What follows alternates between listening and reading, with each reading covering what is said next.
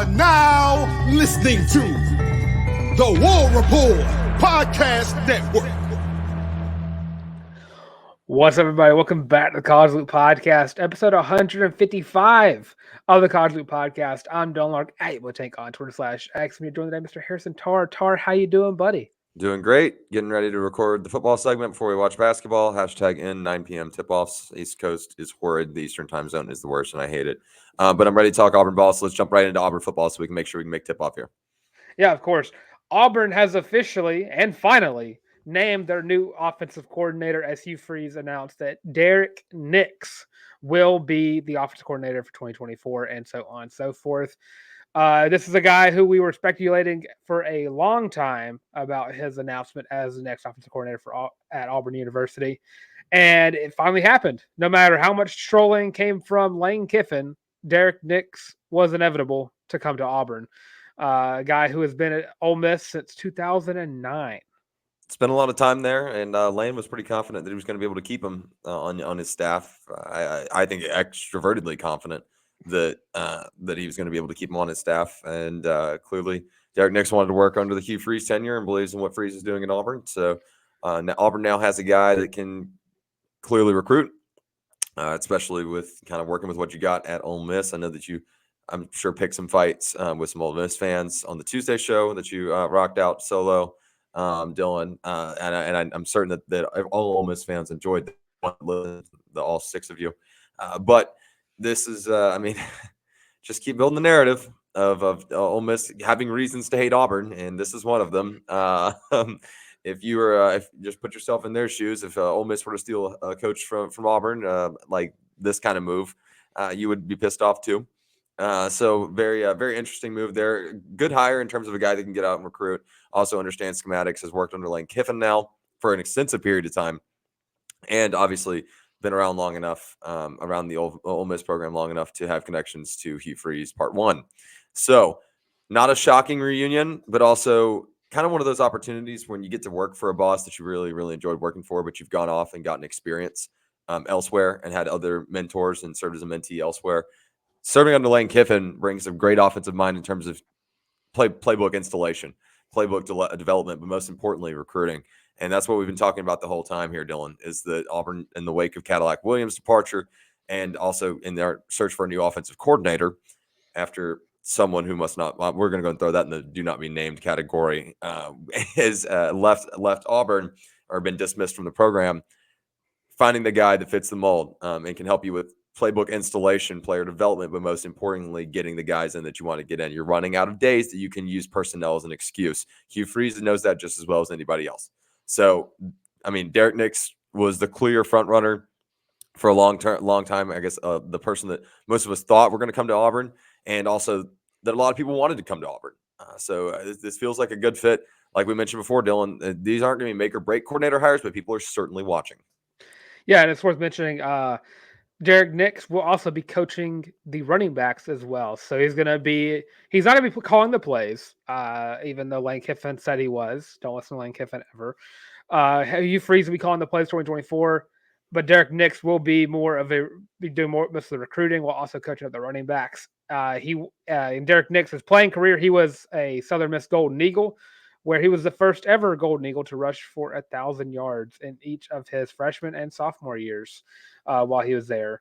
And then while he was at Ole Miss, which started in 2009, Dexter McCluster became the first player in SEC history with 1,000 rushing yards and 500 receiving yards while being coached by Derrick Nix. I got to make sure I can't say Nix because That's a whole line of Auburn players with that last name.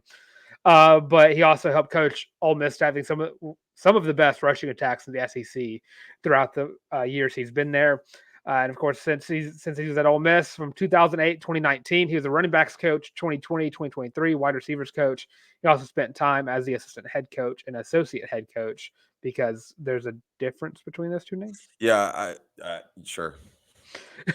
But yeah, as a huge pickup. We're giving you a air quote promotion, and we're just going to change your job title to sound slightly more impressive. Yeah, that's exactly what it sounds like. But a huge pickup nonetheless. Hugh Freeze getting his guys coming in, and someone he has a lot of memories with as time at Ole Miss, and also the fact that Hugh Freeze was a Southern Miss Golden Eagle himself. during his college days. So a lot of ties to Derrick Nix. So it's going to be a lot of fun. See what Coach Nix can do for recruiting as well as coaching up these awesome running back room. Go ahead and give me a coordinator higher grade here, Dylan. Looking at some of the guys that he's brought in, he's been the main recruiter for a 5-star Jerry on Ely, the 5-star from Ole Miss. Also brought in 4-star Breland Speaks and 4-star Jonathan Mingo, who are all, I believe, I don't know if Jerry on Ely is, but I know Breland Speaks and Jonathan Mingo are in the NFL. I'm gonna give it a B, a straight up B. It's a guy who has ties to Hugh Freeze, but I like the hire, and it's just I just don't know how I feel about a coordinator that doesn't call plays, because I've always been skeptical of the coaches that only call plays, because I don't. When was the last time a play calling coach has won the championship? I don't think it's been in recent memory, or at least not recent enough for me, because I know Urban Meyer 2014 wasn't calling those plays. Jimbo Fisher 2013. Fisher, maybe. I'm running back through recent national champions. I mean, Joe Brady was calling plays at LSU, right? Yeah, but not Ogeron. Yeah, it wasn't Edo. I think it's Fish. Did Urban call plays? No. Are we sure? Urban is a Nick Saban-esque coach. Okay. Not in terms of like legacy, but I'd have to think on that. I think Jimbo would probably be the easiest answer. I don't think Dabo doesn't call plays. No. Nor obviously Kirby doesn't. He's a defensive guy. I don't really know what Dabo considers himself offensive. I think he just considers himself a disciple, but which sounds probably sacrilegious, but like it's kind of true. He's a Saban disciple, isn't he? Or he's a Bama disciple. Never mind. Yeah, he's not a Saban disciple. He's just a Bama alum. Anyways, I think that probably Jimbo Fisher would probably be the last time a head coach that called their own plays won a national championship. I'd have to really rack my brain on that, but I'm with you. I'm going to go B minus. It's not one of those like knock your socks off kind of moments, but if this works for the system, it works for the system. Obviously, what Hugh Freeze had going on at Ole Miss was tremendously successful prior to his departure in Oxford. So if this is the connection that makes, I guess, the missing puzzle piece for this coaching staff that kind of greases the squeaky wheel, then I'm cool with it. And obviously, stepping up in the shoes of Cadillac Williams is not an easy task. That's another like an underrated position that I don't want to be the person to follow Cadillac Williams in terms of player relationships. It's just tough. It's tough to top a guy that clearly would go to war for his guys and vice versa.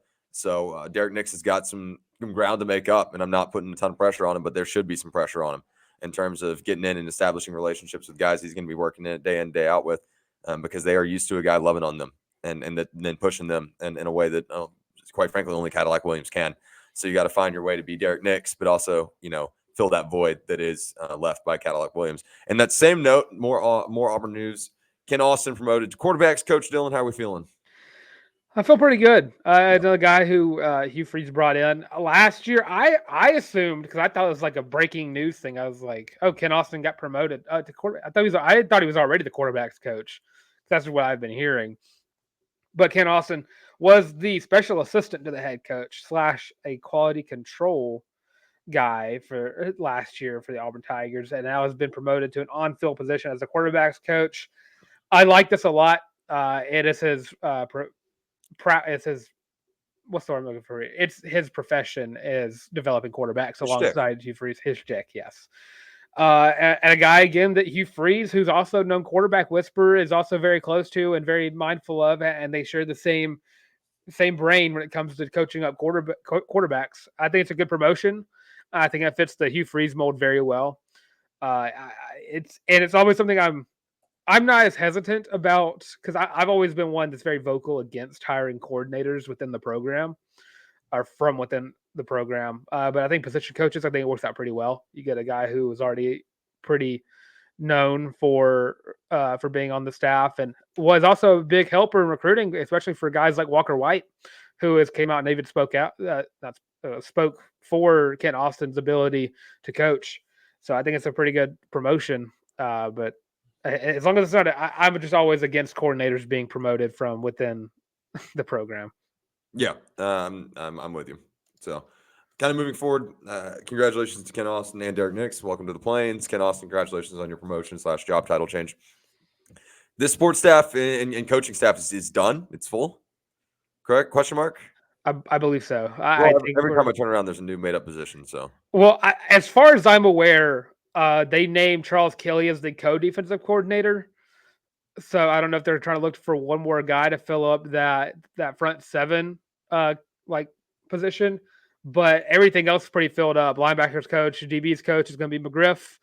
But as far as I'm aware, that is the staff thus far, unless they take that, if they don't take the co off of Charles Kelly's name. I'm trying to look up the coaching staff as we speak to see yeah, if they. we'll feel that where it works out. Speaking of that defensive backs room, you mentioned just a second ago, Alabama transfer Antonio Kite, former 4-star, or is it Kite? I'm gonna say Kite until he does what Morris Williams does and sends a little like the Twitter audio posts and like says to all y'all media people out there, it's Kite or Kite. I'm just gonna go with Kite. Okay, Antonio Kite. So yeah, here's the big news in the wake of, and this is going to kind of move into a second part that's going to talk a little bit about Alabama for a second, then we'll rotate back to Auburn.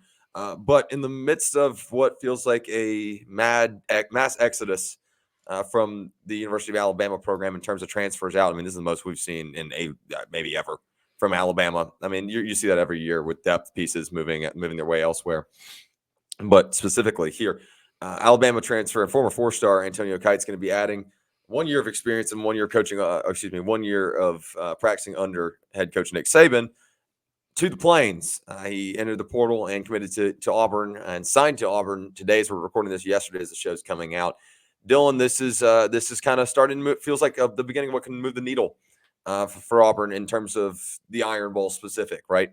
I mentioned you put on the rundown the downfall of Alabama. Let's just pump the brakes there because I still think they got a hell of a football coach and DeBoer, but this does feel like something that could be the beginning of a needle movement in terms of not just guys transferring from Alabama to Auburn, but guys transferring out of the University of Alabama. As there is in any kind of coaching segue, and we've mentioned it time in, time out, that I would not want to be the guy following Nick Saban, but as it is anywhere, in a coaching turnover situation, you're going to have players leave. A lot of these guys committed to go play for the greatest coach in the history of the game. It's not hard to understand why they want to be looking elsewhere.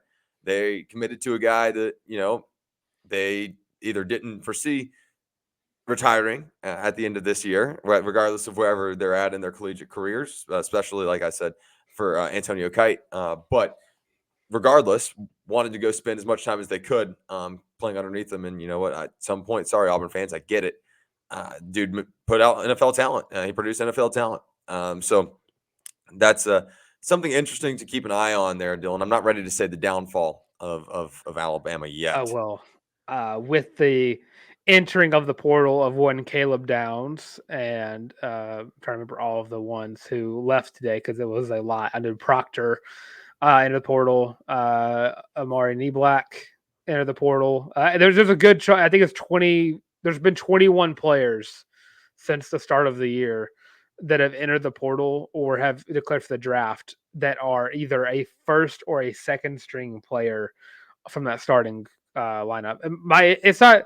It's less about the downfall than it is the fact that it just seems to be the leaks coming out of the dam. You're just in there waiting for it to happen. It's anticipation of the downfall. I'm not ready to go there yet. I do certainly think that this makes things interesting in terms of talent comparison as we approach the 2024 season and seeing where Auburn winds up stacked up against Alabama. Once again, I will reiterate, folks, Alabama will still have more talent on that roster, at least in 2024. We'll see how that impacts 25 and beyond. I'm not saying that Auburn's out of the picture for moving that needle going forward. That I'm just telling you that it's not going to happen in a 1 year transition. A lot of guys are going to have to feel out and see if DeBoer is going to be the right guy for them at the University of Alabama, because a lot of these guys want to play at a storied program as well. I mean, hell, there is not a more storied program. I'm sorry to Michigan and Ohio State fans. There is not a more storied program. Yelling Harvard fans over there, though. Yeah, they're really. Yeah. But I will say it to Antonio Kite, a guy who's he's what's the word I'm looking for? He didn't get a lot of playing time in Alabama. Definitely Correct. a project, or not so much a project, but a guy that you're basing his potential on. Right. He's a 4-star. He was seen by most recruiting analysts as a guy who could go like day 3 of the draft. Needs to put on some weight. I don't know how much weight he's put on since the last time he got weighed at Alabama. He was 6'1", 182. Athletic guy, was on punt returns, special teams mostly throughout his time at Alabama. But I definitely think it's a guy who, in a very inexperienced secondary, could find his way into a rotation of sorts just because of the talent that he possesses. And on that note, on that note of an inexperienced secondary and an inexperienced back end of this defense, let's talk a little bit about Donovan Kaufman and his decision to leave along with Cam Riley. Dylan, I know that you mentioned, I think you put it in the War Report group chat, you were a little surprised by DK's decision. Cam Riley, obviously, a lot of us expected to make his way out of the program. Just didn't feel like a puzzle piece that fit together. And it felt like when you need 4 corner pieces, but you wind up having 5 somehow, that feels like kind of where you're at with Cam Riley. Donovan Kaufman, though, a piece that we expected to get meaningful snaps, a lot. I mean, to play a significant role on this defense on the back end in 2024. How does that impact Auburn's depth in that secondary? Well, so we were going into this season looking at a potential Keontae Scott, Kyan Lee, and Donovan Kaufman front secondary, the corners and the star position, and then they're back. You're just wondering what you're going to do there, and I think that's going to be Jaron Thompson and Laquan Robinson, right? Jaron from Texas and Laquan from the JUCO ranks. But now you're looking at it like, dang, Donovan Kaufman came in after Keontae Scott, and that position never skipped a beat. And now you're looking at like, well, who are you going to go to? And I think you're going to look at JD Rim. I think is your potential to take him over because he was the one who stepped in whenever Keontae and Donovan both got hurt in back-to-back games or back-to-back plays. It was something along those lines where you just missed out on both those guys. But yeah, Donovan, it surprised me. Because I didn't know how much eligibility he had left. And then B, it just seemed like a guy who he was going to get PT, starting PT at that.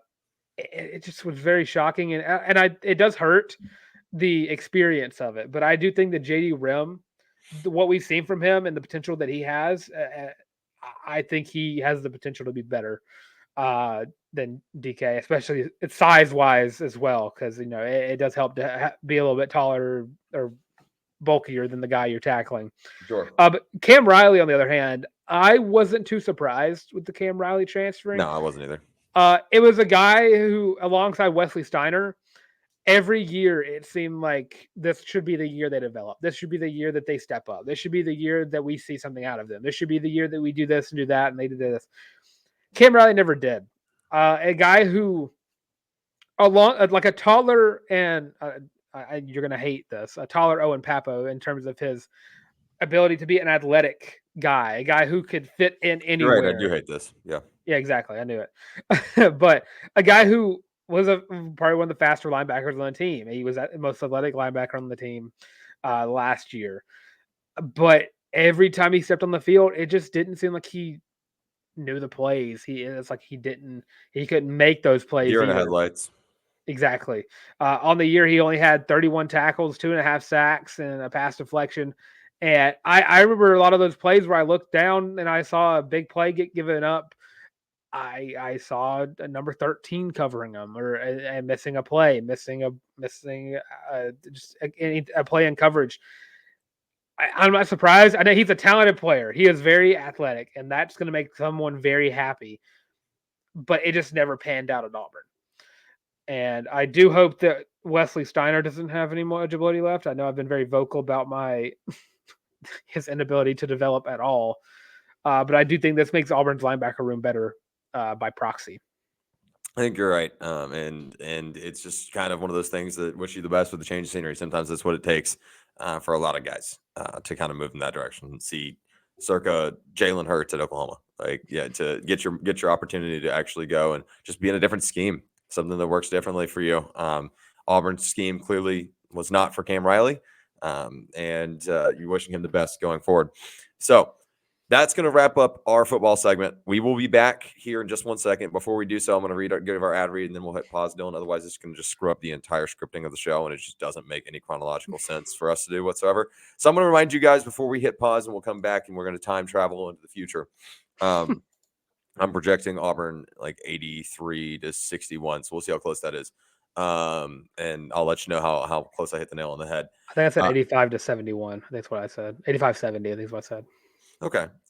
Yeah. Well, you talked about this already, and this game's already happened by the time the show comes out. So I'm just going to get into the ad read and let everybody know that if you want to support the College Loop podcast, if you're watching on the YouTube stream, the number one way you can do it is hit like, subscribe, and ring the bell right here on the College Loop channel. Just drop us another subscribe so we can move our way toward 800 subscribers on the YouTube channel. Drop a comment on this show. Give us your feedback and your thoughts on Derrick Nix and Ken Austin, along with if you think that Antonio Kite's transfer decision can start to move the needle for Auburn and maybe sway some guys from the school from across the state. Very interested to get y'all's feedback and things of that nature. Give us your thoughts on what we're about to recap here in just a moment when we get out of this ad break. The Auburn at Vanderbilt road basketball game. We'll see if Auburn wins that one. I'll let you know here in just a minute. And anything in between. Can Auburn women's basketball get the job done against a very, very good Vanderbilt team as well? They honestly should have booked the same team hotel, just put it on the same card because these teams are playing back-to-back days on the road in Nashville, up in a snowy Nashville, might I add. Very cold up there. Anyways, if you guys are not watching on the YouTube stream, make sure you head over. If you're not watching on the YouTube stream, you're listening on one of our streaming platforms. Thank you guys so much for hanging out with us. Make sure you give us 5 stars, thumbs up, share the show with a friend, so we can continue to grow the College Loop family, the Loopers. You guys are the best in the business. If you want to continue to show support of the show, this one's going to cost you a little bit of money, but you'll get some extra sweet drip. It's going to be the College Loop War Report Podcast Network co-branded Feeling Loopy t-shirt. Comes in 5 different colorways, available only at thewarreport.com. That's www.thewarreport.com. On sale for $25, 5 different colorways. If you don't feel like putting the link into your search bar, that's all right. We drop the link on the description for any of our shows on whatever platform you're on, so we can head over there and grab your very own Feeling Loopy t-shirt. Once you pick up your shirt, make sure you go on whatever social media platform makes you happy and use hashtag Feeling Loopy. That's feeling without the G, Feeling Loopy, and send us a selfie of yourself or a picture of your dog wearing your Feeling Loopy t-shirt. We'll make sure we throw it up on the very next show or stream, whatever comes next. We will be right back. We're going to time travel in 5, 4, 3, 2. We'll now rock and roll and get right back into Auburn basketball right here on the College Loop. Before we took our little step away so Dylan and I could go watch the Auburn game as we were recording this, I did say, I think 83-61. Your final score, Auburn Tigers 80, Vanderbilt 65. I wasn't that far off. I was in the right ballpark, gave the Tigers a couple of an extra bucket and gave a couple, I guess, shortchanged Vanderbilt a couple a pair of buckets. But here we are, and welcome to the J. Will Show, if you will. Jalen Williams rounding out this evening's victory, or yesterday evening as the show's coming out, there the Tigers' victory with 21 points. Mind you, had 17 going into the locker room. This is just one of the stat lines of all time, and I usually say that in a sarcastic manner. 7 of 7 from the field, 2 for 2 from 3, 5 of 5 from the stripe. And then paired that with a total of 8 rebounds, 3 assists, a steal, a block, and only had 1 foul and 1 turnover. Jalen Williams gets better by the game, Dylan. And this is just another a textbook showcase. I'll be honest with you, at no point did this game ever feel like Auburn was not going to win this ball game, even early when it was a little bit back and forth. That's just that's SEC basketball. I mean, the league's never been better. Just a statement of fact. Kind of put Vanderbilt in the rear view after the under 12 in the first half and did not look back. At one point went on their own 22-2 run. The inverse. I think it was 27-2, 27-6, something crazy. Yeah, I know at one point it was 20. It was an LSU callback. At one point it was 22-2 run. And so they had their own little run and then defended it. You're seeing Auburn win in different ways again. The group shot fine from 3-point today, 32%. You want to see those numbers bump up a little bit. 8 of 25 from deep as a collaborative effort. Aiden Holloway started out furious out the gate again. Dropped 10 points of his own on the evening. Had a pair of really good threes and then a couple of pretty bad takes and then a couple of pretty good takes. That young man's still trying to not figure things out, but try to really get his footing and understand the nature of this level in this league. Only 1 assist on the stat sheet for Mr. Holloway today, but still his plus minus is incredible, and he makes plays on the floor. Dylan. Speaking of Dylan's, Dylan Cardwell, another standout athlete this evening. 4 of 7 from the field with one of the dumbest dunks I've not even. It's not even a dunk. That was just floating the ball in with style. Count it. It's like, Count it. the Toy Story reference. This isn't flying; it's falling with style. That's pretty much how that was for Dylan Cardwell. But 4 of 4 from the charity stripe. I mean, he's getting to be a really consistent free throw shooter, which is unbelievably valuable. 6 rebounds on the stat sheet, and just 1 personal foul with a pair of blocks. I mean, this group is just playing to the best to the tune of their own beat, if you will. They're playing their brand basketball. They're not getting away from it. They're getting a little 3 happy as they kind of get out in front, which does need to clean up coming down the stretch because you can't stray away from your game. But all in all, Dylan, I don't have a lot of grievances from this one. Yeah, and I mean, let me talk about Jay Will. Jay Will had his second perfect game of the season where he did not miss a single field goal, 3-pointer, or free throw throughout the entire game. The first one being against Chattanooga on December 30th, where Auburn won 101-66, where he went 9 for 9, 2 for 2 from the 3-point line, and only shot 1 free throw and 21 points in that game. And then he turned around against SEC competition, 7 of 7, 2 for 2, 5 for 5. 8 rebounds, 3 assists, 1 block, 1 steal, and 21 points for Mr. J. Will himself. It was all around great effort. You have guys who are really showing out what their role is on this team with Chaney Johnson and Simo. They're not going to be your guys who are going to light up the box score with their points. They're going to be the ones that are getting those blocks, steals, rebounds. That's what they're there for. Not to be too flashy. It was a lot of fun to see Leor Berman kind of step back and take a nice little tray ball. Yeah, wide open in the corner. A nice little Leor 5-point game, if I do say, which is always a Penn Tigers, fun time. Penn Tigers got on the stat sheet and the scoring column, by the way, this evening. Granted, that's rounded out by KD, who only had 2, and I think Simo also had a deep 2. I thought it was a 3. He needs to see a 3 ball go through the rim more than anybody in the world right now. But I mean, even that, all things considered, 4 Tigers in double figures, team effort by far. I mean, obviously Jay Will showed tonight this evening, but a lot of that was feeding the hot hand in the first half and then finding other ways to score in the second half. Janai Broom doing what he does on the boards. That guy's incredible. And it's worth mentioning, this is like the first game in a hot minute where Chad Baker-Mazara didn't get in double figures, and it just wasn't needed tonight. And that's what you always, if you could have your like 5th and 6th best players on this team step up whenever your 3rd best player isn't getting buckets, and that's just grounds for a great team overall. Because I mean, just watching Dylan Cardwell get a career high in points, watching Janai Broom get his 7th double of the season, and then of course you have Aiden Holloway getting those double figures very late in the game. I think he had like 8 for the longest time, and then he finally got he got 7 or 8. Then he had a tray ball or a deep 2 or something at the end of the game. But I mean, overall, Auburn just took care of business, and that's exactly what we expected them to do. This is a nice little break week. No, don't say that yet.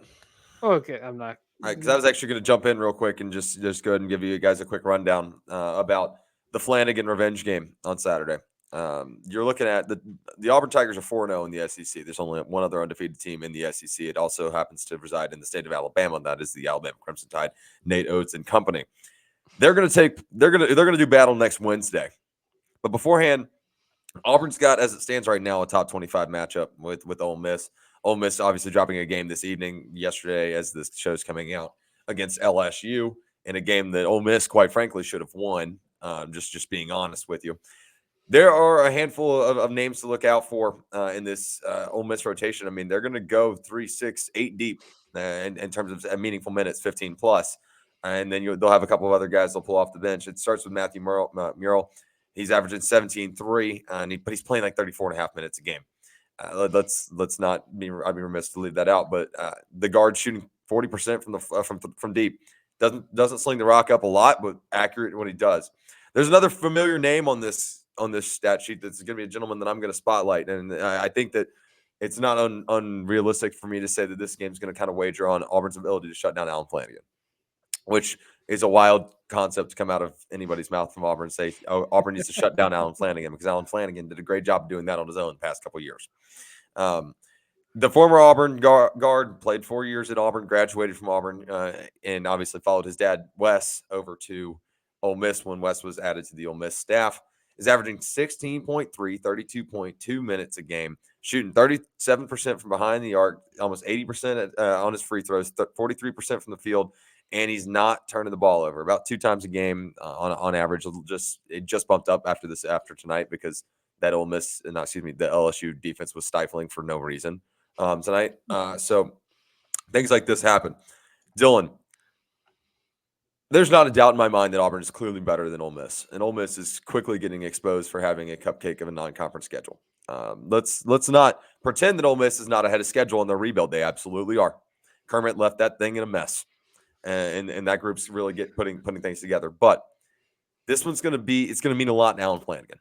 It's going to mean a lot to Wes Flanagan. That's going to be a personal clash on the hardwood, and then that's going to be at Neville Arena. What does Auburn need to do to not look ahead to the biggest game to this point on the schedule in Alabama next week and take care of business that's in front of them against Ole Miss? Well, we've seen the issue with Auburn teams before where it just seems like they're looking ahead to the next game. So really, they just need to stay in the moment and stay true to your brand of basketball and play how you want to play. This game is in Neville Arena. It's going to be a home game. So that means stay level-headed. The roster heavily favors Auburn. And if Ole Miss is leaning on 3 guys, really 4, who are playing 30 minutes a game. Auburn doesn't have that issue. Auburn has 10 dudes who are all playing like the 15 to 20 range, who are getting the job done and getting 10 point wins in a row. And you stay level headed. You're playing great basketball. Just don't get too full of yourself and take care of business over a team that you should beat and keep that streak alive. Sums it up perfectly, my friend. I don't really have anything to expand on that front other than I think you absolutely nailed it. Just make sure you stay in the moment, play your brand of basketball, and get ready to head to the airplane hangar next week and take on Alabama and T-Town in a matchup that I think that it's favorable for Auburn for the same reason I think this weekend is favorable for Auburn. Out-rotate teams. Make sure you have fresh legs, play your brand, and don't let the moment get too big. Auburn by 20 against Ole Miss.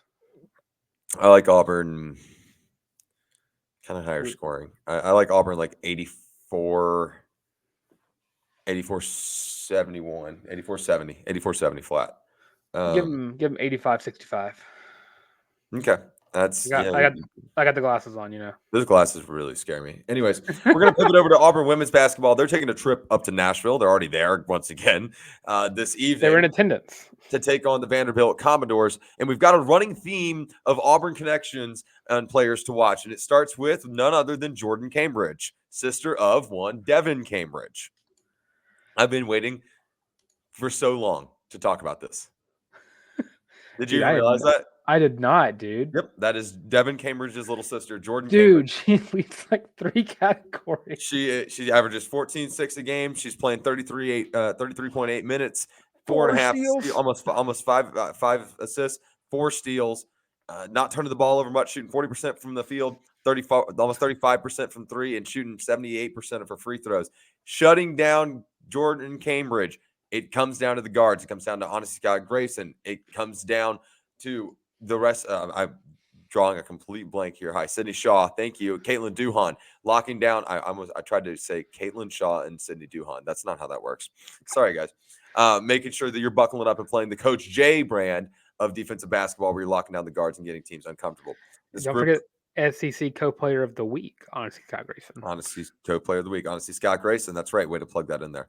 And this Vanderbilt team's going to try to knock the ball down from 3. They're shooting just under 34%, so they're 1-3 chance that the ball's going in if they're putting it up in the hands of their shooters and their guards. So that's a fun little Auburn connection for you.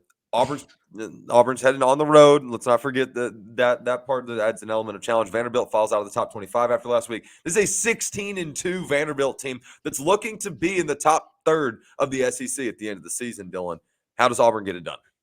I'm still in awe of a Cambridge shooting above 30% from the 3-point line. That's just a wild thing. Did you just forget that he had a very good year at Arizona State?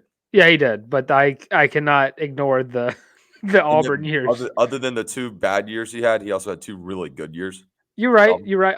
I can never get the image of him just the brick hurtled around the world, wherever he just full power, no accuracy whatsoever, just hit the rim. when he was shooting I, 3% from 33 from 3-point range, 3%. yeah. Yeah, But I'm looking at Jemima Mingo Young. She's had a very good couple of stretches in the season. She's second on team in points. She's leading the team in assists. She's right behind Taylor Collins in terms of rebounds.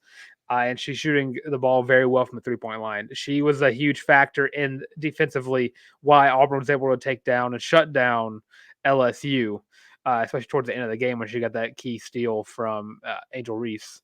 I think it relies on her shoulders. Give Vanderbilt, give another SEC team a reason to be afraid of hyphens. agree. Yeah, and a golden opportunity here. Like I said, Vanderbilt out of the AP top 25. A lot of polls have them as high as 24. Looking right here in front of me, and a handful of the RV polls got them at 24. Just depending on where you want to look at it. Auburn with the opportunity for back-to-back top 25 wins. We're going to go ahead and count that. I mean, we've always said the RV poll is the best at ranking Vanderbilt. Just being honest, we've always said that Vanderbilt women's basketball. Before you play host to Alabama on Sunday in a long ass drought of not beating the Tide in women's hoops. 9 straight games. See if Auburn can snap it before it gets to double digits as their season progresses, and Coach Jay and company try to flip the script and actually right the ship, get the narrative back in their favor. Rounding I out, will say Sunday at 2:00, playing Alabama. Tickets are $6. Pack the Nev. Yep, I'm on the same page. Go support women's hoops. Help them break the streak. They've got the confidence. Help them break that losing streak against Alabama. A couple other housekeeping things before we get out of here and let you guys enjoy the rest of your evening and let us enjoy the last 29 minutes we have of the day before the Well, clock. I have an hour. I have an hour 26. That must be nice before the clock strikes midnight here on the East Coast. Auburn baseball is putting in a new outfield gravel deck. That's really, really exciting. Looks like it's going to be still GA, just like it was for the Student Jungle. Also for general admission, if you're swinging by and you don't want to grab tickets inside and you want to experience the outfield atmosphere, Operation Atmosphere is a total success. Don't forget that they've got the behind the home plate club level now. So very excited to see that. And then in 2025, we'll be unveiling the Green Monster seating in an additional first base plaza. Very exciting renovations to Plainsman Park in. I guess the way I was headed with this for a program that Butch Thompson has headed in the absolute correct direction. Go ahead, Dylan. I was say, yeah, it's gonna be a lot of fun to see all that, because what that crazy part of the stadium needed was elevated seating, so I can watch the Coconut Blockhead climb the fence yet again, but this time from a higher altitude, to make it easier for him. Yeah, perfect. Yeah, so that he can just catapult himself on the field. That'll be great. Auburn softball, D1 softball's got Auburn softball at 19, coming into the season, ranked number 19. I'll be honest, I don't love that.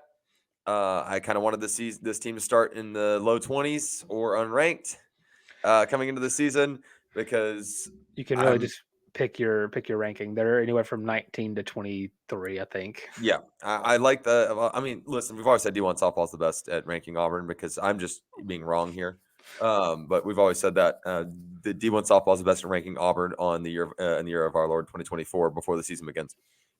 So Auburn softball checking in there, going to have a gauntlet of a slate. Welcome to the SEC. Welcome to the toughest league in the country. Period. It's if you can get out of it alive. And by alive, I mean just healthy and above 500, you're in good shape. And after conference play, getting even tougher in the year 2025. Yeah, it's only going to get tougher when you add Texas and Oklahoma. So buckle up, folks. This is about to get weird. Auburn gymnastics checks in at number 12 in the NCAA rankings this week. So every spring sport not named women's basketball, as of right now, ranked in the AP or NCAA or some form of accredited poll, top 25.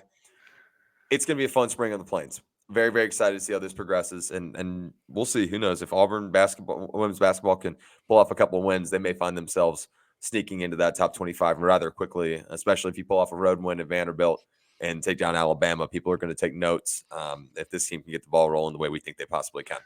And I will say, for gymnastics fans, if you've not got your tickets already, get those tickets, because even if Auburn loses on Friday, you're watching Florida gymnastics, who is one of the blue bloods of the sport. So overall, a lot of fun to watch gymnastics, and it's a top 12 matchup. Very storied program in the University of Florida, and a program in Auburn that is writing its own story as time goes on. Right now, we are living the story of Auburn. Just get the beam down. Yeah. Just send all the good vibes for the beam. That's all we ask. And the vault. Let's split it.